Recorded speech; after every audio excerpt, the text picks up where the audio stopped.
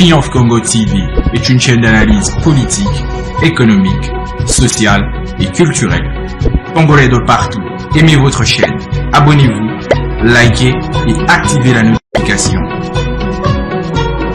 Vous voulez la bonne information?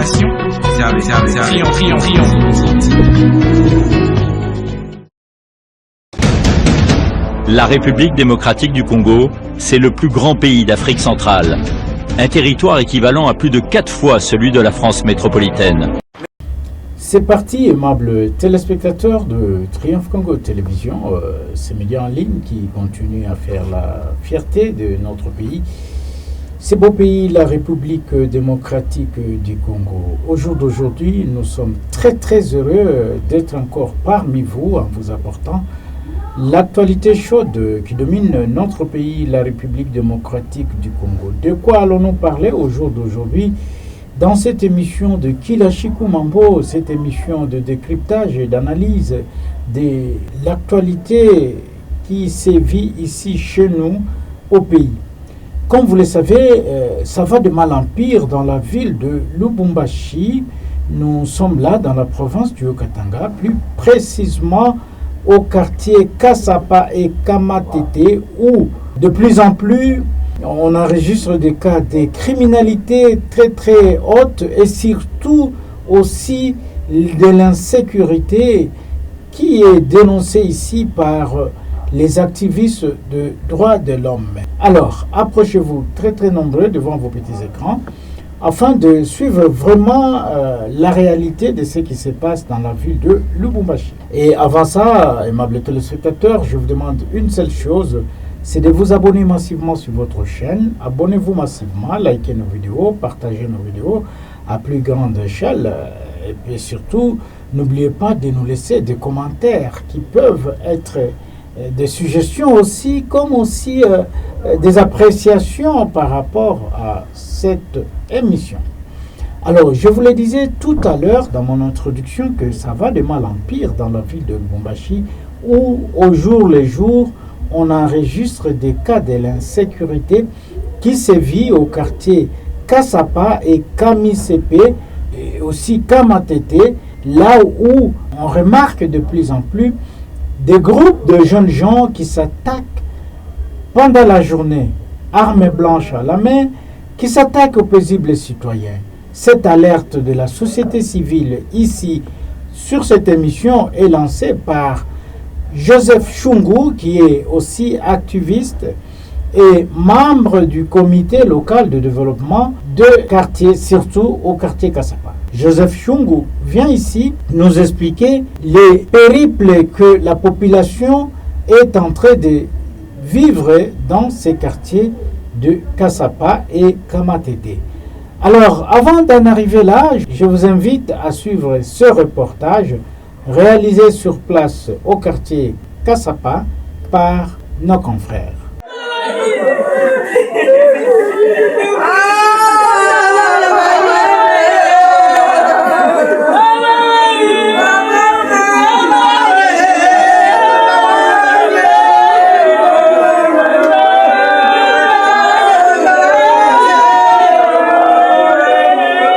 bandeko babolingo kolala kolamuka ezali habitude te kasi ezali bongo ngolu ya nzambe. Population ya ville ya Lubumbashi ekomi kolala kolamuka na keba pona masolo etali bongo insécurité tala ndenge ndeko oyo akufaki bongo na mopanzi ya Zambia, tozali bongo na Rwashi na Kipanta. Balobi bongo population elalaki elamuki bamoni bandeko moko non identifié bakoteli famille mobimba na kati ya lopango babeti papa ya bato babomie babeti ba machete atiki mokili ya nzambe. Kasi koto lisusu ba jeune fille bale bazali kotambola bandeko mo lisusu bazwi bango babeti bango ba machete bakati ndeko ya mwasi babotoli mbongo azaki nango na ba telefone atikali kaka bongo. Heureusement o muso azaki ne lokote nda azaki bongo sauvé yango wana. Directeur ya droit de l'homme Joseph Chungu Ingila wazali bongo membre société civile azanaki malobate aliaki lisango tolobaka na mboka o tokomona ya mingi tokoka troka si motema ezala kaka monene. Quelle lecture!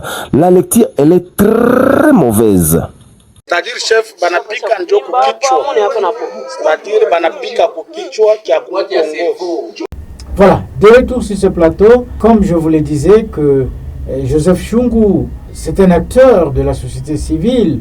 Il viendra ici nous expliquer le tenant et les aboutissants de cette situation que tout le monde est en train de décrier au niveau du quartier Kassapas. Cette situation causée par ces jeunes gens qui sont habitants de ce quartier-là et qui sèment désolation et panique au sein de la population. Et Joseph Chungu, comme acteur de la société civile, vient ici sonner la sonnette d'alarme afin d'interpeller les autorités tant militaires que policières et aussi administratives de s'y mettre pour trouver la solution par rapport à ces fléaux. Je vous invite maintenant à suivre ce duplex réalisé avec Joseph Chungu, qui est acteur de la société civile, et nous allons nous retrouver tout juste après. Monsieur Joseph Chungu, bonjour. Bonjour, monsieur le journaliste. Voilà, vous venez de lancer une sonnette d'alarme face à l'insécurité de plus en plus qui devient une criminalité tout à fait insupportable dans la ville de Lubumbashi. De quoi voulez-vous vraiment alerter l'opinion quant à ce? Merci beaucoup.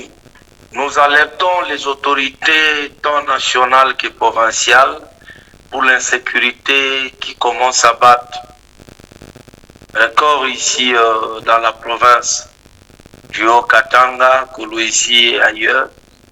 J'ai demandé aux autorités de Haut-Katanga, j'ai écrit au commandant des 22e région militaire pour chercher à créer au moins des points chauds dans des communes annexes qui est la commune Ceinture et aussi les commissaires principaux adjoints de la police d'ajouter les sous-SIAT et ajouter aussi les policiers pour chercher à bien sécuriser la population et combattre cette criminalité qui se bat maintenant encore à tout moment, même pendant la journée.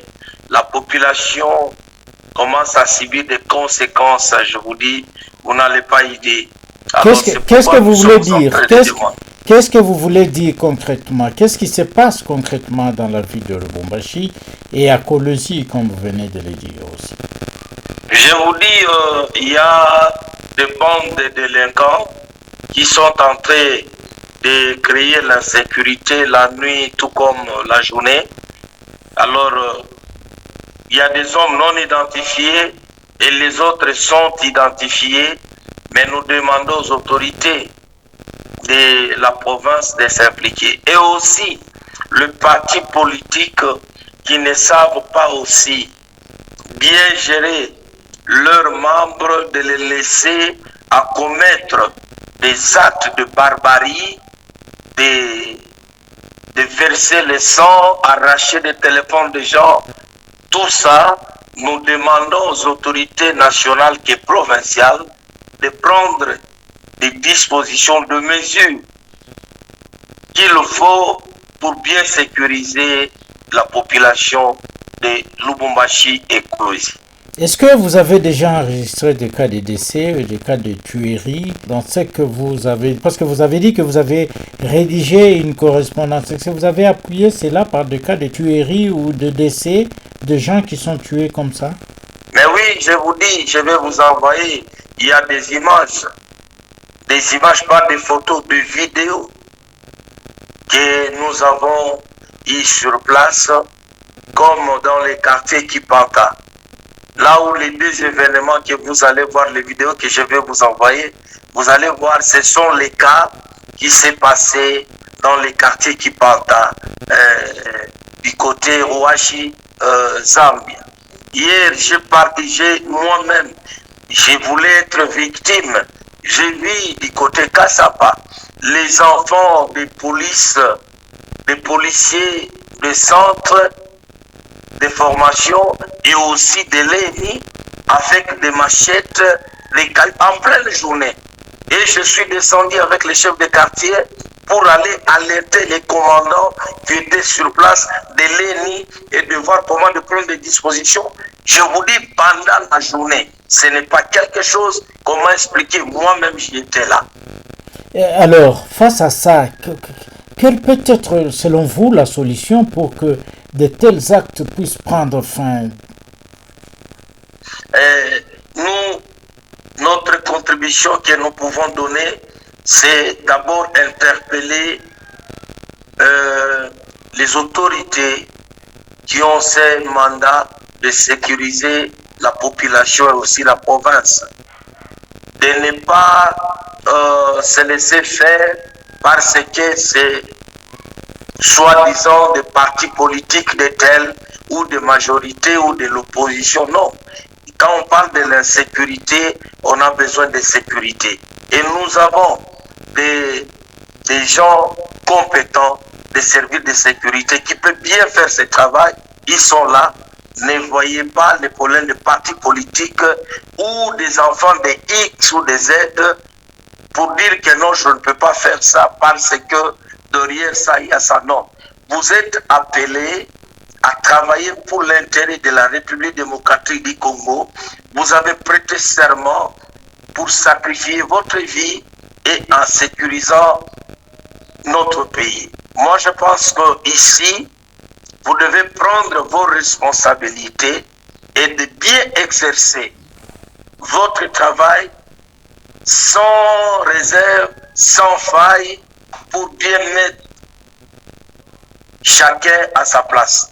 Moi, je pense que c'est ce que nous demandons et la solution, c'est de créer aussi des points chauds à chaque point que nous, peut-être, si on nous demande, nous pouvons les orienter, de mettre à tel endroit, tel endroit, à tel endroit, pour permettre la population de vivre toujours en sécurité et d'augmenter aussi les sous-siats et les commandants de la police, les commissaires principaux adjoints, de prendre aussi ces dispositions pour mettre fin à ces barbaries et les autorités de la province d'équiper les services de sécurité pour bien vaguer aussi et sécuriser la population. Voilà un peu ce que nous pouvons demander et notre contribution que nous avons, c'est de demander aux autorités politico-administratives de soutenir aussi les services de sécurité adoptant tous les moyens nécessaires à mettre fin avec ces barbaries. Oui, vous avez dit quelque part que vous avez rédigé, vous avez adressé votre lettre, votre correspondance de monitoring aux autorités. Quelle a été la réponse des autorités face à ça? Je vous dis, monsieur le journaliste, c'est là où moi je vous dis, on est vraiment déçus. À tout moment, on nous demande, nous, en tant que, je suis le directeur coordonnateur des droits de l'homme et aussi membre de la société civile, de collaborer avec les autorités. Quand on écrit, nous sommes en train de montrer notre collaboration. Mais quand on écrit, il n'y a pas de suite. Là, on est en train de constater, on ne veut pas qu'on collabore. Parce que nous sommes là pour l'intérêt toujours de ces pays. Nous sommes là en train de défendre les intérêts de la police, de l'armée, de l'armée, de la population, de tout celui qui est victime. Nous ne sommes pas là pour défendre seulement les intérêts de X. Moi, je pense que les autorités, à tout moment, ils parlent que non, nous ne voulons pas collaborer. Or, nous avons montré ces bonnes voies de collaboration, c'est pourquoi nous avons écrit. Et quand on écrit, vous ne voyez pas la suite, même pas vous approcher pour donner votre pensée, donner peut-être votre contribution et comment vous pouvez aussi orienter à d'autres choses. Vous voyez un peu, là, on n'est pas vraiment d'accord avec ces points-là, puisque jusque-là, personne a réagi, sauf que Madame de la commune annexe, elle nous a invités, c'était officiellement, j'ai l'invitation, et on a fait un travail tout autour de ça. Je pense que vous voulez parler de la bourgmestre de la commune? Oui, parmi les autorités que nous avons adressées, rien que Madame la bourgmestre de la commune annexe qui nous a invités et nous avons fait un travail avec ses collaborateurs. Nous avons donné aussi notre petite contribution, comment faire pour bien sécuriser la commune annexe et mettre fin avec ces barbaries. Sous un autre chapitre, Monsieur Joseph Chungu, qu'est-ce que vous voulez dire pour ce qui se passe au quartier Kassapa, dans les écoles, dans d'autres formations sociales? Qu'est-ce que vous voulez dire? Merci beaucoup, monsieur le journaliste. Il y a EP1 Kassapa qui est une école de l'État depuis 1956 et je vous dis, cette école, si vous passez, vous allez regretter. Je vais vous envoyer des photos, vous allez voir comment les enfants sont en train d'étudier dans des conditions qui ne répondent même pas. S'il y en a plus, je vous dis, les enfants sont exposés avec de l'eau à l'intérieur dans leur salle de classe. Il n'y a même pas de banc, il n'y a même pas de fenêtre. Même, je vous dis, ce sont des conditions inhumaines. Qu'est-ce qui fait ça? Qu'est-ce qui est à la base de ça? Je vous dis, nous avons écrit. J'ai écrit en s'adressant au gouverneur de la province Aïe, le gouverneur actuel, le gouverneur Kazembe, les documents, j'ai même l'accusé de réception. Et je vous dis, jusque-là, pas même suite sans trace. Alors nous sommes en train de se poser autant de questions. Nous sommes des collaborateurs de l'État par rapport à quoi et à quel niveau. Au moment où nous sommes en train de chercher toujours à les aider, les montrer aussi d'autres choses peut-être là où ils ne sont pas informés. Mais dans des cas de collaboration, je vous dis, je ne sais pas comment expliquer à ce niveau-là. Et ces enfants sont exposés. Si vous entrez dans d'autres classes, vous allez voir leur toiture c'est déjà lâché. On a mis d'autres histoires pour soutenir. Et ces enfants sont exposés à des accidents. Qu'est-ce qu'il faut alors pour ça? Ce qu'il faut, c'est les autorités nationales et provinciales de prendre cette conscience. Ces enfants, ce sont les autorités de demain. Ces enfants, si peut-être dans cette école, il y avait l'enfant d'une autorité, moi je pense qu'on allait peut-être vite arranger. Et comme c'est une école qu'on n'a pas vu l'enfant de l'autorité, c'est pourquoi cette école est abandonnée. Et nous disons non, nous appelons les autorités nationales et provinciales et même le chef de l'État. Les peuples d'abord, c'est aider aussi ces enfants à étudier dans de bonnes conditions. Et les autorités de demain, ce sont ces enfants. Si nous ne savons pas encadrer les enfants d'aujourd'hui, moi je pense que nous sommes en train de préparer des bombes atomiques demain qui va créer encore d'autres insécurités et personne ne peut maîtriser encore ces gènes. Il est grand temps de faire étudier ces enfants dans de bonnes conditions. C'est une école de l'État, ce n'est pas une école privée, c'est une école de l'État. Voilà, Monsieur Joseph Chungu, nous sommes en train de chuter avec notre entretien. Avez-vous autre chose à ajouter qu'on n'a pas abordé dans cet entretien et que vous voulez vous-même faire connaître ça au grand public? Merci beaucoup. Ce que nous demandons d'abord, c'est les autorités de la province du Haut-Katanga, de Kolwezi, de prendre conscience, de sécuriser la population et aussi de regarder. Il y a d'autres quartiers, je vous dis, il n'y a même pas de route, il n'y a pas de l'eau, il n'y a même pas de courant. Au moment où nous avons des autorités, nous avons les autorités et la population a fait confiance à ces autorités. Montrez-vous aussi capable à remettre au moins cet remerciement à ce peuple en posant d'autres actes de développement, de les sécuriser. Là, ça va aussi prouver votre sens élevé et aussi votre amour envers eux. N'attendez pas seulement au moment des élections pour rentrer avec vos tricots, avec vos sacs de foufou ou des kilos de Thompson. Le meilleur de faire, c'est de regarder surtout les intérêts des communautés. Comment faire quelque chose qui peut aider ces coins-là. Surtout dans les communes annexes. Je vous dis, il y a beaucoup de routes, beaucoup de coins qui n'ont même pas de route. Vous ne savez même pas entrer. Et même les services d'autres de sécurité, ils ont cette difficulté-là d'aller sécuriser la population la nuit s'il y a des insécurités. Moi, je pense que les autorités vont prendre les responsabilités et l'amour du pays. Montrer aussi au président de la République que vous êtes là pour l'intérêt de ce pays et non pour les intérêts personnels.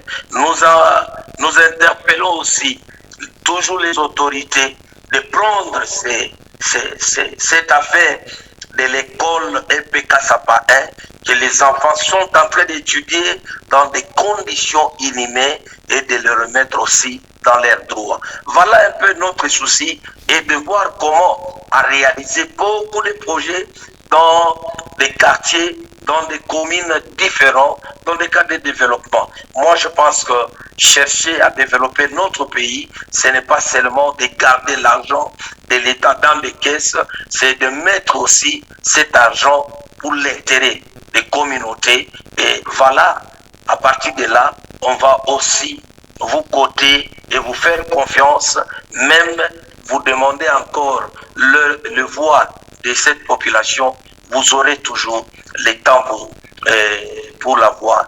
Moi, je pense que c'est ce que je voulais vous dire comme quelque chose que je voulais ajouter. Les autorités puissent aimer ce pays et non trahir. Aimer ce pays, c'est être à l'écoute de ce peuple, être à l'écoute de la société civile, à l'écoute des autres, pas seulement les membres de vos partis politiques, mais écoutez au moins ce qu'on est en train de parler. Si ce qu'on parle, c'est pour l'intérêt de ce pays, pas pour diviser, pas pour chercher des intérêts personnels. Pourquoi pas le faire avec cet amour? Et je mets en garde les autorités qui sont en train de travailler pour ne pas chercher à sécuriser notre pays et notre population à leurs intérêts personnels ou pour autre chose. Moi, je pense que nous allons commencer à dénoncer et aussi à le mettre devant le forfait et aussi à demander aux autorités nationales de mettre toutes ces autorités qui ne sont pas compétentes, le mettre en dehors et loin de ces populations pour que notre pays donne au moins cette image des hommes crédibles, des femmes crédibles qui ont les soucis d'aider ces pays. Voilà un peu ce que je voulais ajouter et d'interpeller tout le monde là où il est. Il doit faire son travail correctement pour l'intérêt de ces pays. Voilà, Monsieur Joseph Chungu, Triomphe Congo Télévision vous dit merci.